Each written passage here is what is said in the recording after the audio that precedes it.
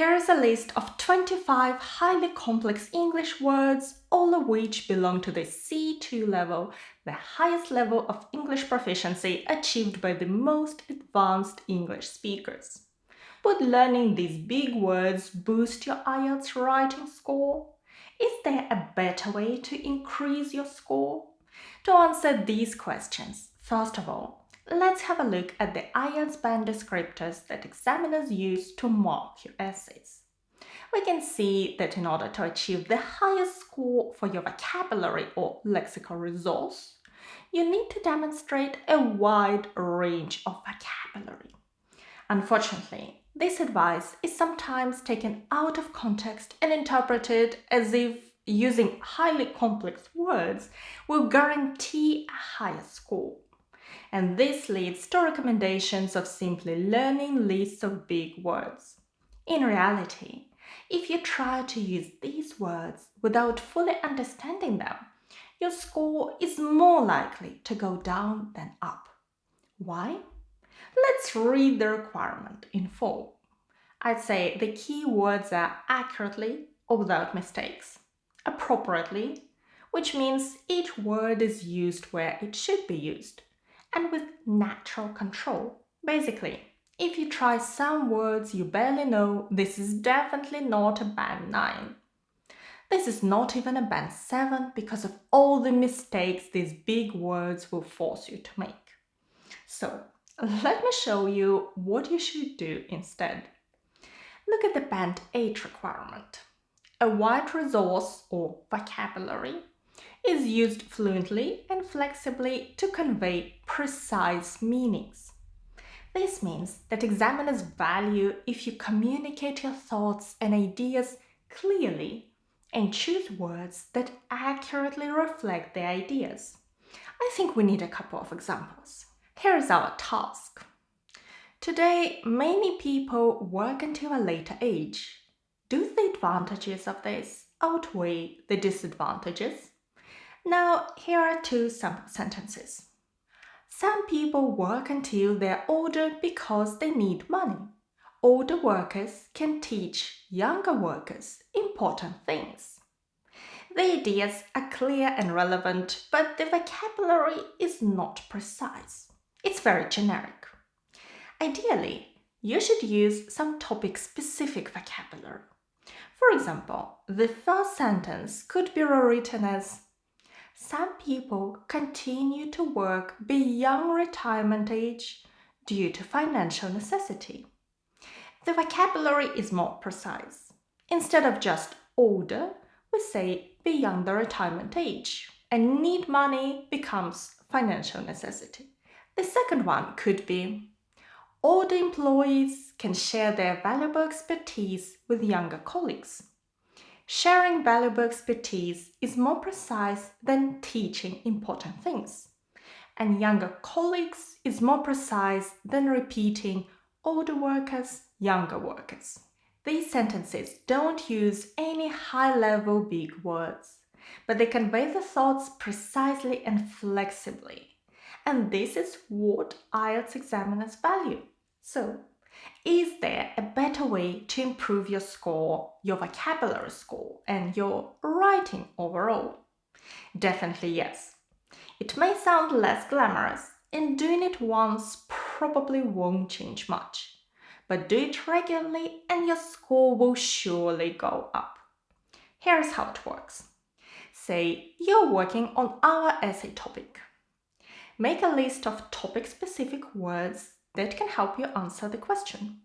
They don't have to be highly complex, just relevant and precise. For example, we're talking about working until a later age. So we're discussing the topics of retirement, employment, pensions, and perhaps financial stability. Without financial stability, one can become a burden. For elderly people, work-life balance is very important. And they have a lot of expertise. Some of them would probably prefer to work part-time rather than full-time. And we can refer to old people politely as elderly people or the elderly. Write down the definitions of all all the words you don't yet know. Another way to find the topic-specific words is to find an article on the topic from an English-speaking newspaper, for example, BBC or The Guardian are free to read, and take words from there. That's a good start. But the true secret to improvement is in the second column, collocations. Look at this Band 8 requirement. It says that you should be able to use less common and idiomatic language with only occasional inaccuracies or mistakes in word choice or collocation. Collocations are combinations of words that are commonly used together, like heavy rain or do homework. If you use the same collocations native speakers use, your language will sound more natural, your vocabulary score will go up, but also your essay will become clearer and easier to follow, which will positively affect the other scores too. Where can you find these collocations? The best results I've found so far is the Longman Dictionary. Take the first word, retirement, and search for it in Longman.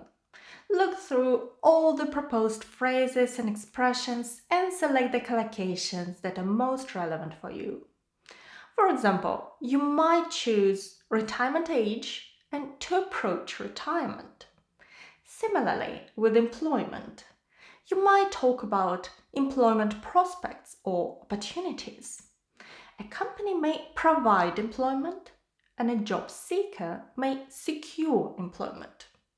Let's add these collocations to our list and find similar collocations for other words. Learning collocations for more common words is great too. Take the word disadvantage. We can talk about a major disadvantage, to overcome a disadvantage, or to negate a disadvantage. To negate means to stop something from having effect. Collocations are so amazing because our brains memorize phrases better than individual words. Plus, for each word, you know exactly how to use it in your writing correctly. Instead of learning 25 big words, learn these 25 collocations and you'll be more likely to improve your lexical results score. The whole idea that you need to use rare, complex words in your essay is simply wrong. But don't take my word for it. I have proof. This essay was graded by a former IELTS examiner. It answers the topic we've just discussed and would get a band 9 for its lexical results and around an 8.5 overall. As you can see, there is nothing overly complex in it. The vocab and ideas are straightforward, but it is well organized, discusses the topic in depth, and clearly answers the question. This is what examiners truly value. If you'd like to study the sample answer, you can download it in the PDF format linked below, or watch this video where I showed how to write it step by step and meet all the requirements for an 8.5 score. Thank you so much for watching me today. Good luck with your preparation and your exam. Bye!